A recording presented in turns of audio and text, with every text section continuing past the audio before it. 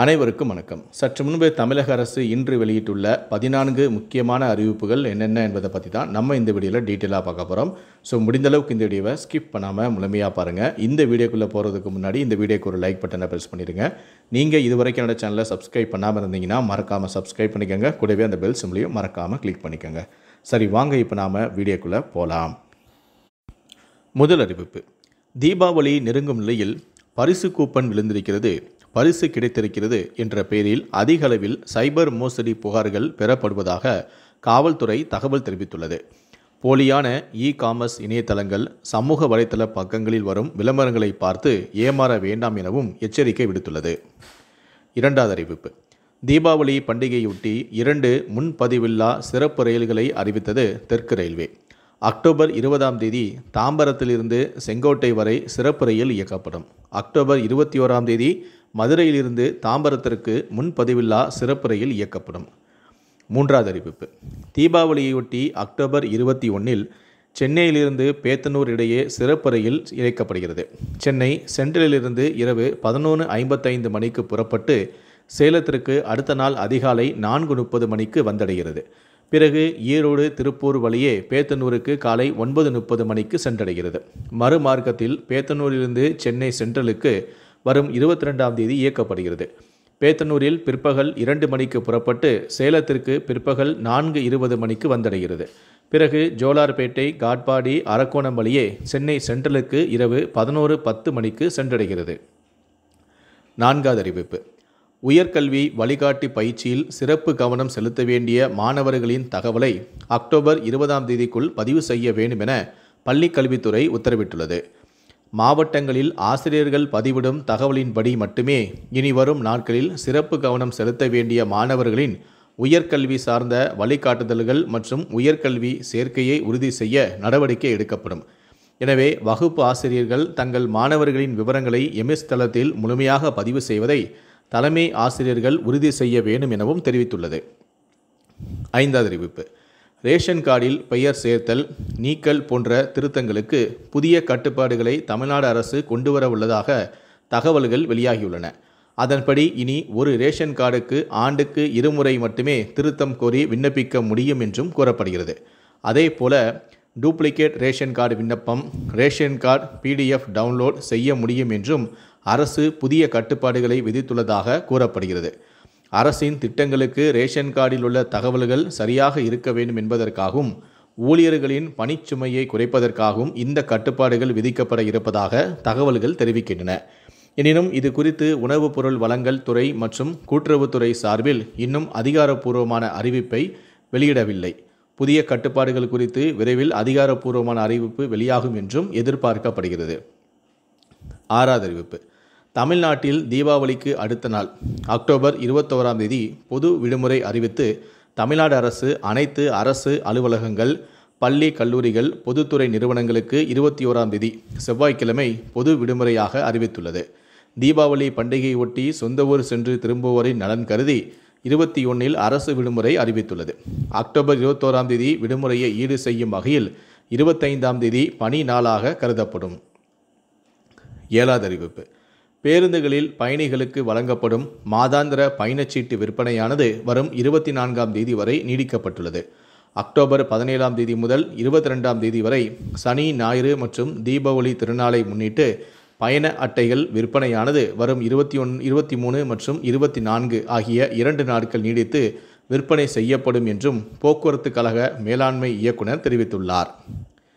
எட்டாவது அறிவிப்பு: சென்னை வானிலை ஆய்வு மையம் வெளியிட்டுள்ள அறிக்கையில் மன்னார் வளைகுடா மற்றும் அதனை ஒட்டிய பகுதிகளில் ஒரு வளிமண்டல கீழக்கு சுழற்சி நிலவுகிறது.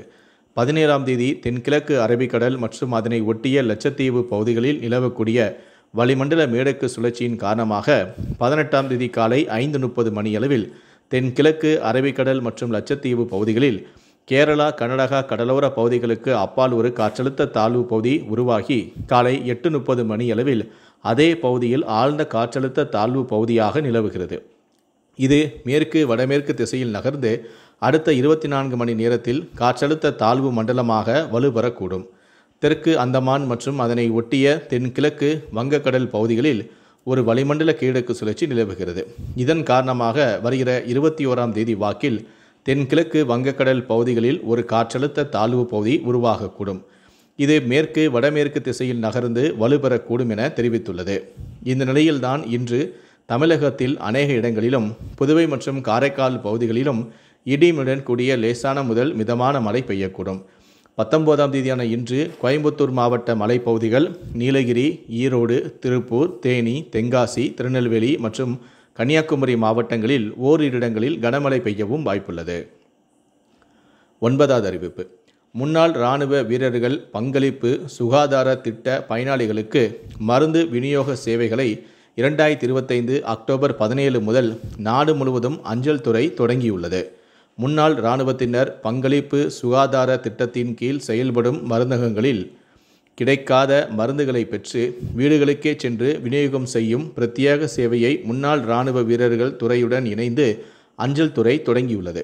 இந்த முன்முயற்சி திட்டத்தின் கீழ் கிராம நிலையான தொழில் முனைவோரின் பொது சேவை மையங்கள் மூலமாக மருந்துகளை கொள்முதல் செய்து மற்றும் பேக்கேஜ் செய்து இந்தியா போஸ்ட் மூலமாக முன்னாள் இராணுவ வீரர்களின் வீடு தேடி விநியோகம் செய்யப்படும். 10வது அறிவிப்பு. தீபாவளி பண்டிகையை ஒட்டி மாநிலம் முழுவதும் 1353 ஆம்புலன்ஸ்கள் தயார் நிலையில் உள்ளன. அனைத்து 108 ஆம்புலன்ஸ்களிலும் தீக்காயங்களுக்கான சிறப்பு சிகிச்சை பெட்டிகள் வைக்கப்பட்டும் உள்ளன. மாநில தேசிய நெடுஞ்சாலை என போக்குவரத்து நெரிசல் உள்ள பகுதிகளில் 120 ஆம்புலன்ஸ்கள் நிறுத்தி வைக்கப்பட்டும் உள்ளன.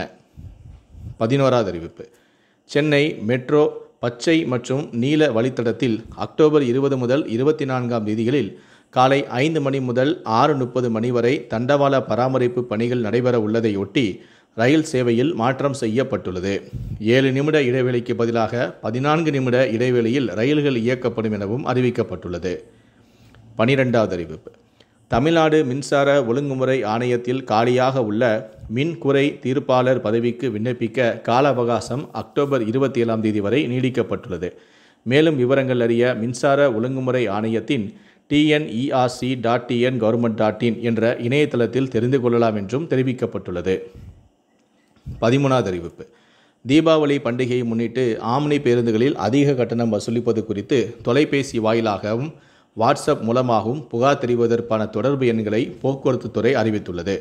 பொதுமக்கள் ஆம்னி பேருந்துகளில் அதிக கட்டணம் வசூலிப்பது குறித்து சென்னை, மதுரை, கோயம்புத்தூர், வேலூர் ஆகிய இடங்களுக்கு இந்த கீழ்கண்ட தொலைபேசி எண்கள் மூலமாக தொலைபேசி வாயிலாகவோ அல்லது வாட்ஸ்அப் மூலமாக குறுஞ்செய்தியோ அல்லது குரல் பதிவாகவோ நீங்கள் புகார் தெரிவிக்கலாம் என கேட்டுக்கொள்ளப்பட்டுள்ளது. கடைசியாக 14வது அறிவிப்பு.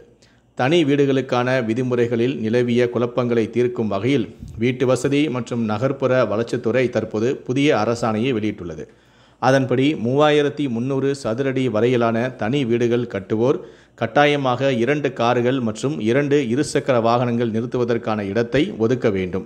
அதேபோல 3300 சதுரடிக்கு மேற்பட்ட வீடு கட்டினால் 4 கார்கள் மற்றும் 4 இருசக்கர வாகனங்கள் நிறுத்துவதற்கான இடவசதியை கட்டாயமாக ஒதுக்கப்பட வேண்டும். இந்த விதிமுறைகள் அடுக்குமாடி குடியிருப்பு மற்றும் வணிக வளாகங்களுக்கு போலவே தனி வீடுகளுக்கும் இனி பொருந்தும். மேலும் அடுக்குமாடி குடியிருப்புகளில் இணைய சேவை மற்றும் தொலைத்தொடர்புக்கான கட்டமைப்பை ஏற்படுத்தவும் அவசியம் என்றும் இந்த அறிவிப்பில் தெரிவிக்கப்பட்டுள்ளது. இந்த 14 அறிவிப்புகளை பற்றிய உங்களுடைய கருத்துக்கள் என்ன அப்படிங்கிறத கீழே இருக்கக்கூடிய கமெண்ட் செக்ஷனில் மறக்காமல் சொல்லுங்கள். முடிந்த அளவுக்கு இந்த வீடியோவை மற்றவங்களுக்கும் ஷேர் பண்ணுங்கள். மேலும் இது போன்ற பல வீடியோக்களை நீங்கள் பார்க்கணும் அப்படின்னு நினச்சிங்கன்னா மறக்காமல் என்ன சொன்னீங்க சப்ஸ்கிரைப் பண்ணுங்கள். கூடவே அந்த பெல் சிம்லையும் மறக்காமல் கிளிக் பண்ணுங்கள். நன்றி, வணக்கம்.